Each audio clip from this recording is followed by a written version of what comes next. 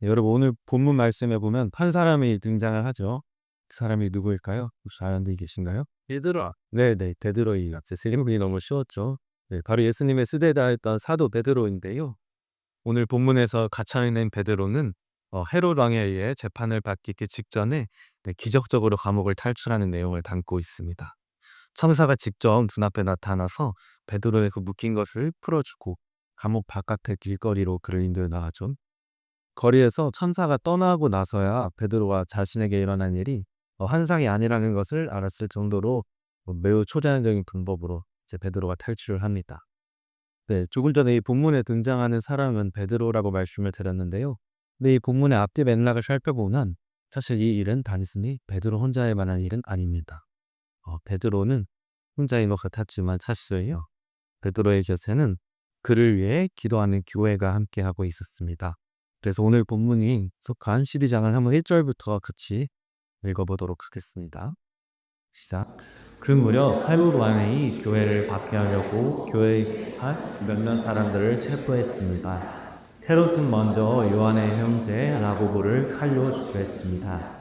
이 일을 미대 사람들이 기뻐하는 것을 본 헤롯은 이어 베드로도 잡아들였습니다.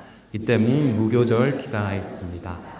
그는 베드로를 잡아 감옥에 가두고 군인들을 4명씩 한 조를 지어서 네 조가 지키도록 했습니다. 헤롯은 6월절이 지나면 그를 백성들 앞에 끌어내 공개적으로 재판할 생각이었습니다. 이렇게 베드로는 감옥에 갇혔고 교회는 그를 위해 하나님께 간절히 기도했습니다. 네, 아멘. 네, 베드로가 체포된 이유는 왕의 무슨 개인적인 원한을 사거나 그런 것이 아니었습니다. 왕이 교회를 박해하려고 했기에 교회의 지도자인 베드로를 체포한 것이죠. 그러면 베드로가 감옥에 갔을 때 교회는 무슨 일을 하고 있었을까요? 5절을 보면 교회는 그를 위해 간절히 기도했다라고 얘기를 하고 있습니다. 네, 감옥에 갇힌 베드로는 혼자가 아니었습니다. 그 육체의 눈으로는 볼 수가 없었지만 영으로서는 그를 위해 기도하는 교회가 그와 함께하고 있었다 하라는 것인데요. 저는 우리 한마음 공동체도 뭐 이렇게 서로 기도하는 공동체가 되기를 소망합니다. 네. 어떻게 하면 우리가 서로 기도하는 공동체가 될 수 있을까요? 그것은 바로 한마음에 되신 여러분들 한 분 한 분이 서로를 위해 기도하는 사람이 될 때 자연스럽게 이루어지다라고 말할 수 있습니다. 그래서 저는 여러분 한 분 한 분이 각자가 여러분의 이웃을 위해 기도하는 사람이 되시기를 소망합니다. 누군가를 위해 기도한다는 거, 이거를 이제 중보기도라고 흔히 말하는데요. 이것은 참 아름다운 일입니다. 세상에 많은 아름답다고 하는 일이 있지만 제가 특별히 중보의 기도를 아름답다라고 말하고 싶은 이유는 이 기도는 대가를 바라지 않는 사랑의 행위이기 때문입니다. 사람이 많은 선행을 할 수가 있죠. 그런데 사실은 우리 인간은 죄인이라서 그 선행의 행위 속에서도 순수하지 않은 동기가 섞일 수 있습니다. 남을 도우면서도 사실은 내 마음속에 내 선함과 아름다움에 인정받길 원하는 마음, 내가 이만큼 착한 사람이야, 이렇게 인정받길 원하는 마음이 섞일 수 있는 게 사람입니다. 그리고 마음의 중심을 보시는 하나님께서는 이렇게 자신을 높이려는 동기가 함께 깔려있는 선행에 대해서 경고하고 계시죠. 특히 마태복음 6장에 이제 산상수훈을 보면 예수님께서 이 부분에 대해 직접적으로 경고를 하시는데요. 이 한번 1절부터 4절까지 같이 읽어보도록 하겠습니다. 시작. 너희는 사람들에게 보이려고 늘을 행하지 않도록 조심하라. 그렇지 않으면 하늘에 계신 너희 아버지께 상을 받지 못할 것이다. 그러므로 가난한 사람을 구제할 때는 미선자는처럼 사랑의 칭찬을 받으려고 회당과 거리에서 나팔 누이며 떠들지 말라. 배단 시실로 너희에게 나았다. 그런 사람들은 잔디삼을 이하받았다. 너는 가난한 사람이 부자일 때 오른손이 하는 일을 왼손이 모일 때 하라라. 그래서 내 착한 행실을 아무도 모일 때 하라라. 그리하면 만물이 때에 숨어서 보시는 너희 아버지께 퍼붓는 너희 감당하실 것이다. 아멘. 위주 예수님은 이웃을 위해서 살아가되 그 사람의 칭찬을 도하지 말라고 하십니다. 대신 남몰래 하는 선에는 하나님 아버지께서 반드시 갚아주신다고 말씀하십니다. 그럼 제가 여기서 질문 하나 드리고 싶은데요. 우리가 할 수 있는 선행 중에 가장 맘모르게 할 수 있지만 또 한편으로는 우리가 언제 어디에서 무슨 상황이든지 할 수 있는 선행이 하나 있습니다. 이게 뭘까요? 기도. 그래 맞습니다. 기도입니다. 그래서 저는 그게 바로 중보 기도라고 말하고 싶습니다. 네, 우리가 누군가를 위해 은밀하게 기도할 때 사람의 육의 눈으로는 그것이 보이지가 않습니다. 이게 보이게 하고 싶어도 보일 수가 없어요. 마음을 닦는 거라서. 그러나 영의 세계에서는 그 기도가 무엇보다도 강력한 일을 하고 있습니다. 그리고 너무나 감사한 사실은 우리는 언제 어디서든지 기도할 수 있다라는 겁니다. 우리가 이 예배당에서 기도하는 것뿐만이 아니라 길을 걸으면서도 또 밥을 먹기 전에 잠자기 전에도 언제든지 우리는 기도를 할 수 있습니다. 또 우리가 중보 기도할 수 있는 대상도 무궁무진한데요. 우리의 가족이나 가까운 사람이 아닐지라도 내가 생각나는 사람이 있으면 기도할 수 있고 아니면 지금 내 앞을 지나가는 사람을 위해서 기도할 수 있는 것입니다. 제가 이 중보 기도 관련해서 한번 충격을 먹은 적이 있는데요. 제가 예전에 다녔던 교회에서 이제 같은 순원들끼리 피자를 시켜 먹은 적이 있었습니다. 그때 이제 순회 집분자 한 분이 자매님이셨는데 제 대표로 십전 기도를 하셨어요. 근데 제가 이 평생 들어본 식전 기도 중에 가장 인상 깊은 식전 기도를 하셨습니다. 이게 너무 길거나 그랬던 건 아니었고요. 길진 않았는데 이분의 그 내용과 태도가 너무 인상적이었어요. 어떻게 하셨냐면 이분이 눈을 꼭 감고 갑자기 단절히 기도를 하는 겁니다. 그래서 이렇게 기도를 하셨다. 하나님 아버지, 이 피자가 만들어지기까지 여기 오기까지 관련된 모든 사람들, 밀을 심고 수확한 농부 한 분으로부터 여기 피자를 배달해준 배달 기사님까지 한 분도 빠짐없이 모두가 꼭 예수님 믿고 청가해 주세요. 딱 들어봤으니 이게 너무 인상 깊게 다가왔습니다. 지금까지 제가 하려는 것들은 직전 기도 중에 아직 이게 제일 인상 깊어요. 제가 그때 큰 충격을 받았습니다. 아, 이런 상황에서 저렇게 기도할 수 있구나. 그리고 저렇게 진심으로 드린 기도를 주님이 반드시 뜨시겠구나. 그런 생각이 들었습니다. 이 중보의 넓이와 깊이라는 데 참 한계도 없고 나도 그 중보의 깊이와 넓이가 저 자매님처럼 계속해서 확장되면 좋겠다 이런 마음이 들더라고요.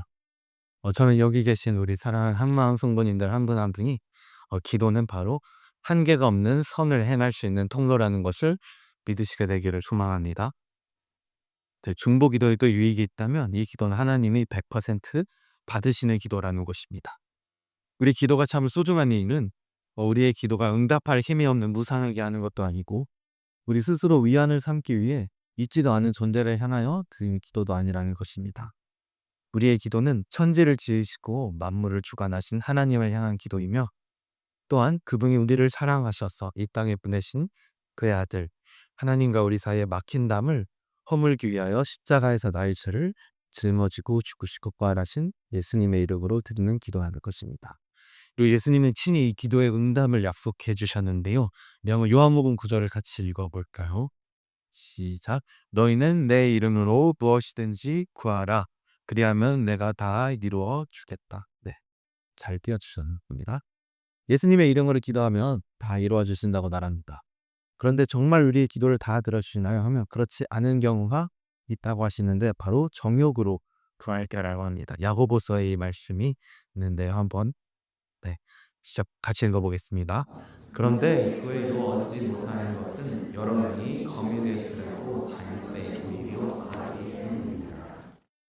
네, 어떤 분은 이런 내가 원하는 걸 무조건 다 들어주진 않네 하면서 실망할 수도 있겠지만 거꾸로 보면 이 말씀은 굉장히 감사한 말씀입니다. 왜냐하면 우리의 기도가 예수님의 이름으로 구하는 기도이면서 예수님의 그 마음에 합할 기도라면 주님께서 반드시 어떤 형태로든지 응답해 주시는 기도라는 것이죠. 그럼 여러분 어떤 기도가 가장 예수님의 마음에 합한 기도라고 할 수 있을까요? 일단 다른 사람을 위해 드리는 기도. 이것이 나의 유익이 아니라 다른 사람을 위해 드릴 때 주님의 마음에 좀 더 합한 확률이 크다고 말할 수 있겠죠. 그리고 무엇보다도 예수님의 마음에 합한 기도가 있다면 누군가의 영혼의 구원을 위해 드리는 중고라로 저는 말하고 싶습니다.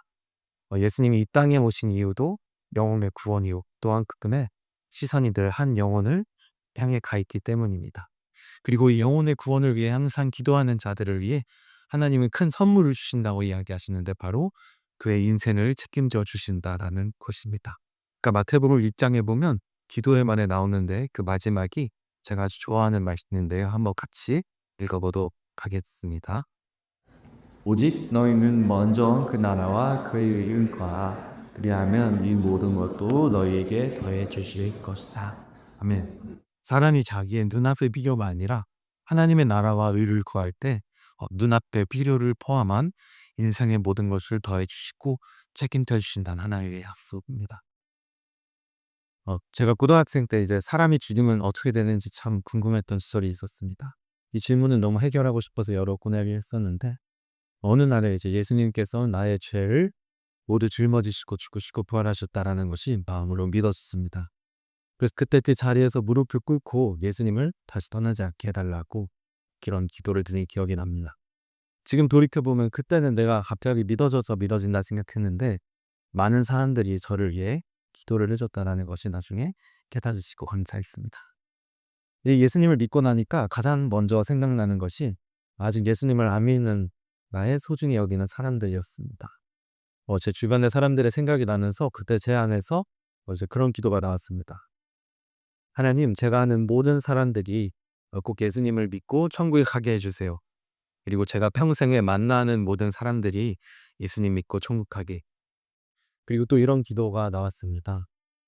하나님, 제가 커서 무슨 일을 할지는 모르겠지만 어떤 일을 하든지 내가 그 일을 잘해내는 것 자체가 내 인생의 제일 목적이 아니라 그 일을 하며 만나게 되는 모든 사람들이 예수님 믿고 천국 가는 통로가 될 수 있는 것, 그게 제 평생의 삶의 목적이 되게 해주세요. 그런 기도가 나왔던 기억이 있습니다.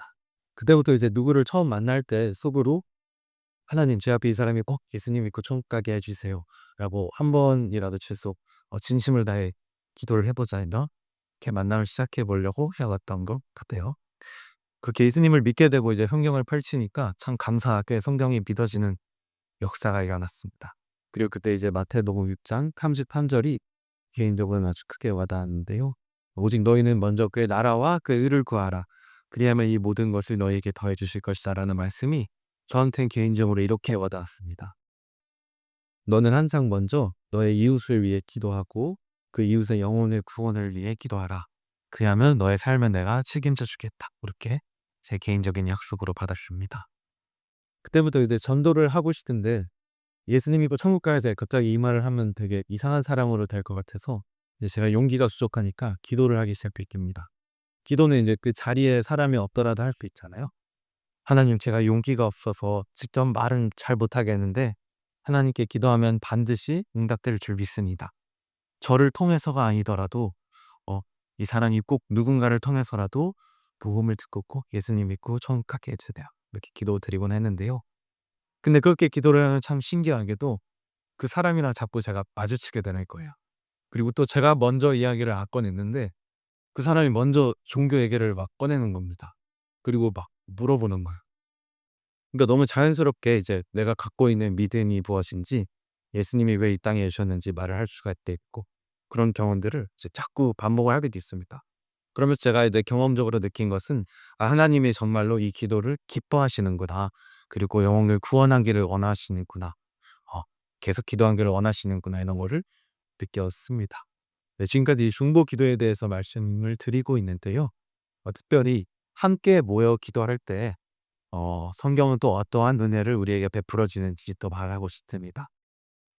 오늘 본문에서도 교회가 함께 모여서 기도할 때 베드로가 초자연적인 반복으로 감옥에서 풀려나는다고 경험한 사례를 말하고 있는데요. 성경은 두 사람 이상이 함께 모여 기도할 때 예수님이 그곳에 함께 해주신다고 약속합니다. 우리 다음 마태복음 구절을 한번 같이 읽어보도록 하겠습니다. 시작. 다시 내가 진실로 너희에게 말한다. 너희 가운데 두 사람이 땅에서 어떤 일이 있든지 마음을 모아 간구하면 하늘에 계신 내 아버지께서 그들에게 이루어 주실 것이다. 두세 사람이 매일 눈으로 보고 것은 나도 그들 가운데 있다. 단 두 사람이라도 예수님의 이름으로 모여 기도하는 곳에 나도 그들 가운데 있다고 예수님이 약속을 해주십니다. 우리 한마음에서 특별히 급히 기도할 일이 있을 때 또 간절한 기도 제목이 있을 때 이제 중보기도 제목이 오면 같이 기도하곤 하는데요. 우리가 모여서 간절히 기도할 때 예수님의 이름으로 기도할 때 주님이 우리와 증강 함께 하신다는 사실이 믿어지는 우리 한마음이 되기를 소망합니다. 우리가 서로를 위해 기도할 수 있는 이 교회라는 공동체에 속했다는 사실은 정말 아름다운 일입니다. 왜냐하면 이 기도를 통해서는 대가를 바라지 않는 사랑을 실천할 수 있기 때문입니다. 우리가 누군가를 위해 기도할 때 이게 내 유익을 위해 내 금전적 이익을 위해 기도하지는 않잖아요. 그러기도 쉽지가 않죠. 네. 그렇지만 또 이렇게 정말로 그 영혼 자체를 사랑하는 이 기도를 통해 우리의 이 중보 기도를 통해 우리가 사람을 수단으로 보지 않고 그 목적 자체로 보는 그 삶을 우리가 배우게 될 수 있습니다. 그래서 성경은 이렇게 얘기합니다. 우리 중에 누구든지 자기를 위하여 사는 자가 없고 자기를 위하여 죽는 자도 없다라고 말을 하죠. 세상에서는 자신의 이익을 따라서 잘해주거나 또 이익이 안 되면 못해주거나 이런 경우가 있지만 우리 교회는 그렇지 않습니다. 바로 영혼 자체를 존귀히 여기고 사랑하는 곳이 교회라 할 것이죠. 그래서 제가 고등학교 때 이제 한번 전도한 친구가 교회를 몇 번 오더니 저에게 해준 말이 있었습니다. 그 친구가 저한테 이렇게 말하는 거야. 영찬아, 너는 교회를 아마 오래 다녀서 잘 모를 수도 있겠는데 교회는 내가 보니까 굉장히 특이한 곳이다. 왜냐면 교회는 내가 지금까지 다녀보는 곳 중에 유일하게 처음 보는 사람을 향해 그 다른 목적이나 이유가 없이 웃는 얼굴로 맞아주는 곳이다. 이렇게 얘기를 하니 그래서 제가 그렇게 믿어질 수 있겠구나 라는 생각을 했습니다.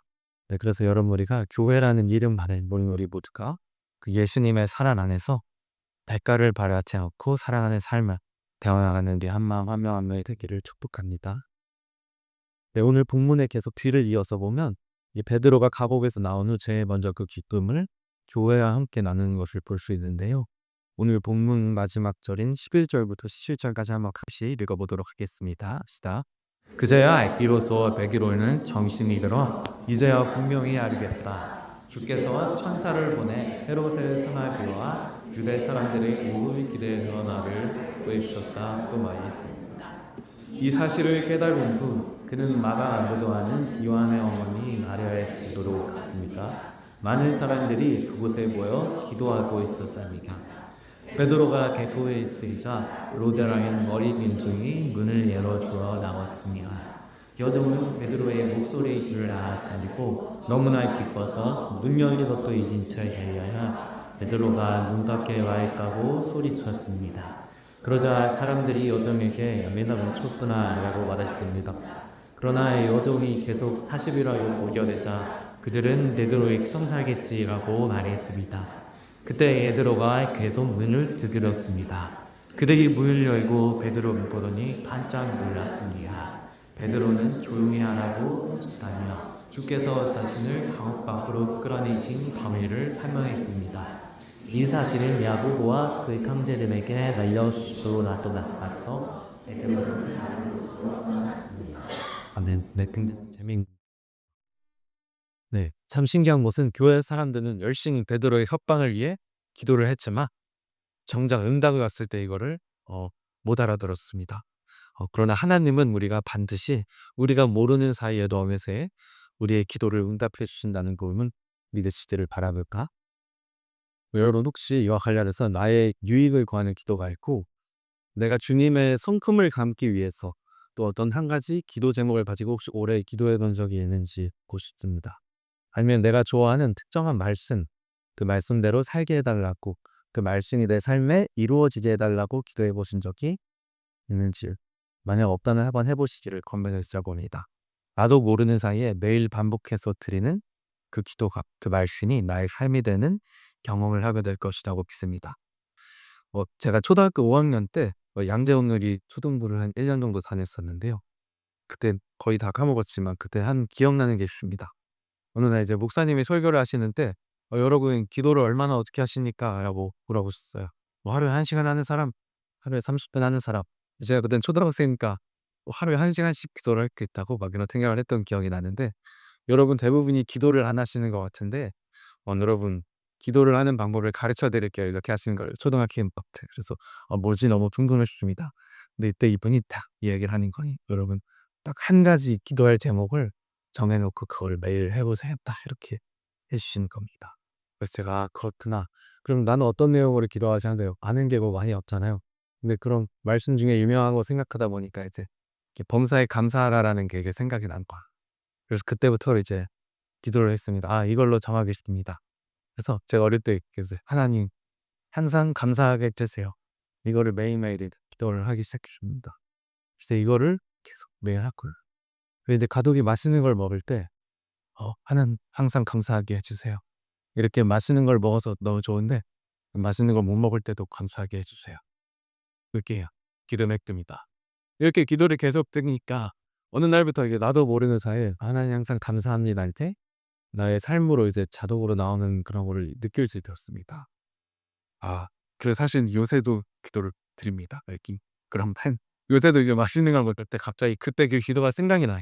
지금도 이렇게 12 살이니까 꽤 시간이 지날 텐데도 요새도 맛있는 걸 딱 보면 반타작으로 하나님 너무 맛있는 거 감사한데 내가 이 맛있는 거 못 먹을 때도 항상 감사하게 해 주세요. 네. 그런 기도를 요새도 드릴 때가 있습니다.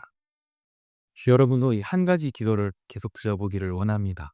여러분의 이익을 구하는 것보다도 하나님을 내가 닮기 원한다는 그 한 가지 기도제로, 왜냐면 내가 소중히 여기는 말씀 구절이 있다는 그 말씀이 나의 삶이 되게 해달라고 그 한 가지를 꾸준히 드려보기를 권면드립니다.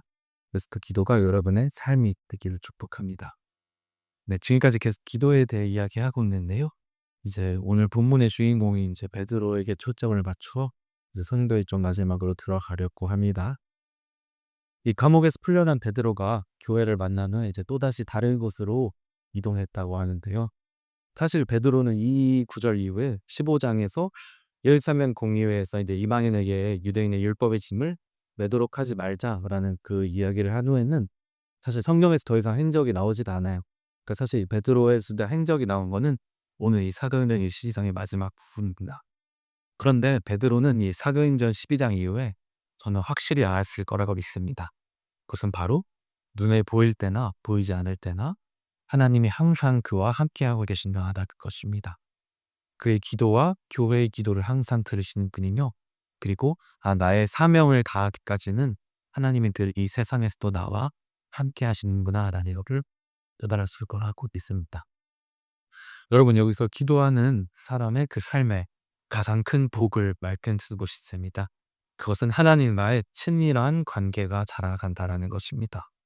그러니까 기도를 하면서, 특히 중보를 하면서 그분의 마음을 알게 되고 그분의 성품을 닮아가게 됐고, 또한 그분이 늘 나와 함께 계시며 내 안에 계시다라는 것을 알게 된다는 것입니다.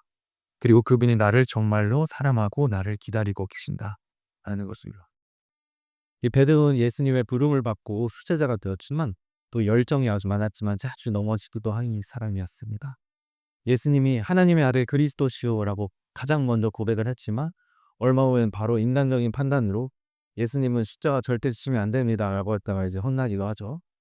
또 예수님께서 십자가에 달리기 전날에는 이 모두가 예수님을 배신해도 저는 절대 예수님을 배신하지 않겠습니다 라고 다짐을 하지만 그날 밤에 바로 예수님을 3번 부인하고 심지어 예수님의 이름을 저주하기까지 합니다.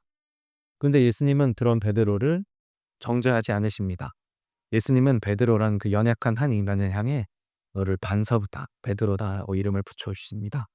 그리고 그가 넘어지기 그 전날 밤에도 베드로야 내가 너를 위해 기도했단다.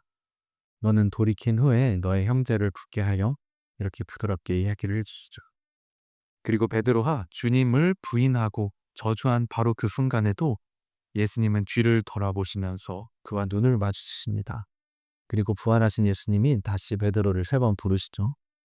요한의 아들 시몬아 너가 나를 사랑하느냐 내 양을 치고 먹이라 이렇게 이야기를 해주십니다.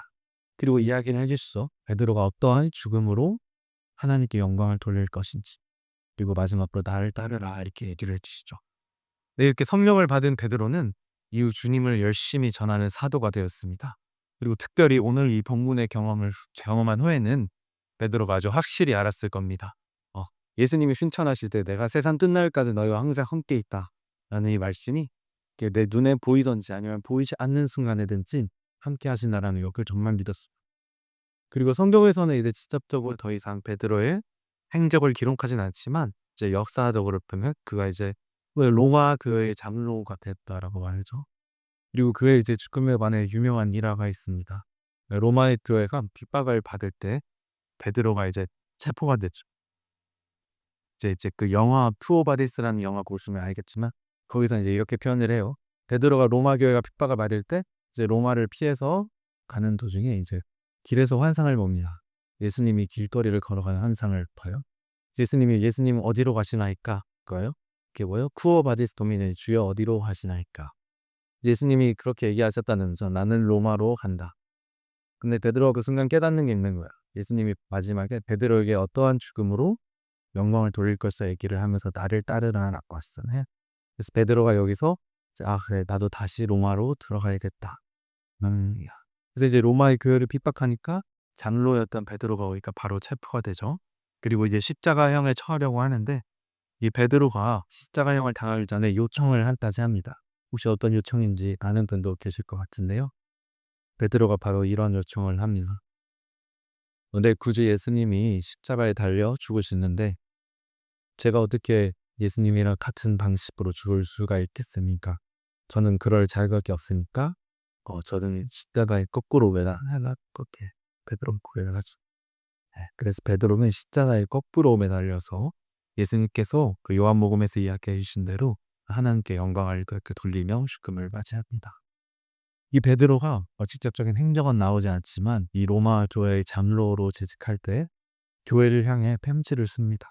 그 첫째 편지인 베드로전서의 결론부에 그는 이렇게 말합니다. 우리 베드로전서 3장 8, 9절을 먼저 한번 읽어보도록 하겠습니다. 시작. 마지막으로 여러분은 모두 한 마음을 품고 서로 동정하며 혼죄를 사랑하며 불쌍히 여기며 겸손하십시오. 알을 압으로 갖거나 육을 육으로 갖지 말고 오히려 숙곡하십시오. 이는 여러분이 공부해 주어 부럽박 위에 그루심을 받았기 때문이. 네, 아멘. 베드로는 연약한 자기 자신을 만나주시고 또 그 삶을 이끄시며 사도로 세워주시고 또 로마교회의 장로로 세워주신 예수님을 알았기 때문에 베드로는 우리 교회도 한 마음으로 서로 사랑하고 불쌍히 여기라고 말을 하죠. 그리고 이제 베드로전서의 5장 1절부터 4절에 마지막 결론이 있습니다. 함께 읽어보도록 하겠습니다. 장로가 된 사람이요 그리스도의 고난의 증인이며 또한 나타날 영광에 동참할 사람이 나는 여러분 가운데 장로로 있는 사람들에게 권면합니다. 2절은 덧지 읽을게요. 여러분은 가운데 있는 하나님의 약대를 지되 억지로 할 수 말고 하나님의 뜻에 따라 자진해서 하십시오. 걸어온 이 일을 위해 하지 말고 즐거운 마음으로 하며 맡겨진 사람들에게 군림하는 자세로 하지 말고 오직 나 때의 모범이 되십시오. 그렇게 하면 목자장이 나타났을 때 여러분은 실제 아닌 영광의 결론을 받게 될 것입니다. 베드로는 성도들의 그 목자 역할을 하는 장로님들에게 말합니다. 나의 이익이 아니라 즐거운 마음으로 군림하는 자세가 아니라 자애스럽게 모범이 되는 마음으로 성도를 사랑하라고 말합니다. 그리하면 목자장이신 예수님께서 나타났을 때 시들지 않는 영광의 면류관을 받게 될 것이라고 이야기합니다. 저는 여기 계신 한마는 모든 직원인 우리 사랑하는 장로님으로부터 또 새로 오신 성도님 한 명 한 명까지 주 예수님께서 우리를 사랑하신 것처럼 또 우리를 위해 기도하신 것처럼 우리도 한 마음으로 서로를 위해 기도하고 불쌍히 여기며 주님을 만나는 그날까지 주님을 매일 더 사랑하는 고백을 하는 한 분 한 분 되시기를 간절히 바랍니다. 그래서 명령받은 것을 다 행한 후에 이르기를 우리는 무익한 종입니다. 우리가 마땅히 해야 할 일을 한 것뿐이다 하고 고백한 우리 한 마음 한 분 한 분 되기를 바랍니다. 그래서 그날의 우리의 목자장이신 예수님께서 씌워주시는 그 영광의 면류관을 받는 우리 모든 한 마음 각들이 되기를 원하고 바라고 기도합니다. 이 시간에 같이 두 가지만 기도했으면 좋겠습니다. 첫 번째로는 제가 설교 안에서도 얘기한 것 같은데요. 우리가 기도 제목 하나를 정해서 기도를 해봤으면 좋겠습니다. 나의 이익을 위한 기도가 아니라 예수님의 성품과 사랑 중에 내가 정말로 담기 원하는 특정한 한 부분이 있다면 내가 평소에 기도해왔던 기도 제목이어도 좋고 내가 평소에 정말 사랑하고 소중히 여기는 말씀이어도 좋습니다. 만약 그게 있다면 그걸로 계속 기도하시고 만약 여기 있는 분들 중에 그게 없다면 지금 생각나는 게 하나 있다면 그걸로 기도해봤으면 좋겠어요. 어릴 때 저처럼 항상 감사하게 해줄 소리도 듣고 항상 사랑하고 중보하게 해주세요. 뭐가 돼도 상관없습니다. 우리 시간에 내 안에 정말로 소중하게 내가 평생 기도하고 싶기를 원하는 기도 제목 한 가지를 생각하면서 시간 주님 그것이 나의 삶이 되게 해주세요. 우리 시간에 주여 한번 부르시고 기도하시겠습니다. 주여 하나님 감사합니다. 하나님 주의 나를 앞에 찾아오셔서 예능하며 주시며 나를 위해 십자가에 죽어주시고 거하여 주시고 감사합니다. 하나님 아버지 하나님의 기도를 들어온 하나님의 뜻던 음악과장 나에게 항상 감사하고 나라의 영신입니다. 하나님 아버지 여기 있는 모든 한마음 걸들 한명한분 뜻잡는 말씀과 기도가 우리들 한명 한 번에 상리 되게 하여 주시고 우리들한테 생명이 되게 되어 주시고 항상 감사하자고 기도하는데 감사가 정말로 내 승리 되어 주시고 아버지와 항상 중보하고 기도하는 자가 되게 원하는 자 항상 중보할 수 그 마음이 거워지게 하여 주시옵소서. 먼저 그의 나라와 그의 의를 구하는 자에게는 이 모든 것을 더하신다는 말씀이 주어질 자들 모든 말씀을 이루어지게 하시며 우리 안에 예수님의 사랑이 그 예수님의 성품이 그 예수님의 은혜가 우리 안에 실만이 부어지게 하여 주시옵소서. 이 순간에 내 준 예수님을 더욱 사랑하는 말씀이 하여 주시옵소서. 이 시간에 마지막으로 기도하실 때는 우리 시간에 서로를 위해 중보하는 기도를 드렸으면 좋겠습니다. 특별히 우리 한마음 안에서 내가 생각나는 누군가가 있다면 시간에 기도했으면 좋겠어요. 그 사람이 만약에 아직 예수님을 내가 아는데 그 사람이 아직 예수님을 알지 못하는 사람이라면 근데 예배에 나오는 사람이라면 이분이 꼭 예수님을 만나게 해달라고 기도했으면 좋겠고 또 그 외에 그 사람이 내가 아는 기도 제목이 있다면 내가 지금 이 시간 생각나는 한마음의 누군가를 위해서 우리 주여 한번 부르시고 기도하시겠습니다. 주여 하나님 없습니다. 이 사람의 한마음을 내게 위해서 기도합니다. 하나님 주님의 이리게 주시던 예수님의 이름을 대로 기도할 때 하나님께서는 이 기도를 도와주시라 할지 하나님 아버지 우리에게 기도해 주시옵소서. 우리 기도 안에 우리의 빠지심이 섞이지 않게 하여 주시고 기도해 주시는 이 마음과 생명의 의담을 기도하도 사용하여 주시옵소서. 우리 사랑하는 아빠 하나님 예수 자가 있다면 예수님께서 만나주시고 그 십자가의 은혜가 우리 안에 부어지게 하여 주시고 또 그 외에 우리가 각자 기도하는 것입니다. 우리가 우리 교회 또 우리 가족을 위해 기도하는 것입니다. 아버지 내가 사랑하고 내가 소중히 여기는 한 마음의 그 한 사람을 위해 그 사람의 가족을 위해 시간에 기도하고 주가 우리의 기도를 들어주시고 아버지는 이 마음으로 자기를 위해 사는 것이 아니라 이웃을 위해 주를 위해 주를 위해 때는 제가 기도하겠습니다. 생명의 하나님 감사합니다. 우리를 한마음이라는 공동체로 불러주시고 주 예수님을 머리로 삼은 교회로 불러주시니 감사합니다. 하나님 우리가 우리를 위해 피 흘려 죽으시고 부활하신 예수님의 그 사랑이 우리 안에 충만히 역사하여서 하나님 우리가 주님께서 우리를 사랑하신 것 같이 우리가 한마음으로 서로 사랑하며 기도하는 우리 사랑하는 한마음 성도님들 한 분 한 분 되게 하려 주시옵소서. 천국 가는 그날까지 예수님의 성품과 사랑이 그 성령의 열배가 우리들 한 명 한 명 안에 충만하게 맺혀 열리게 하여 주시옵소서. 감사합니다. 사랑합니다. 우리의 부활의 생명이 되신 예수님의 이름으로 기도드립니다.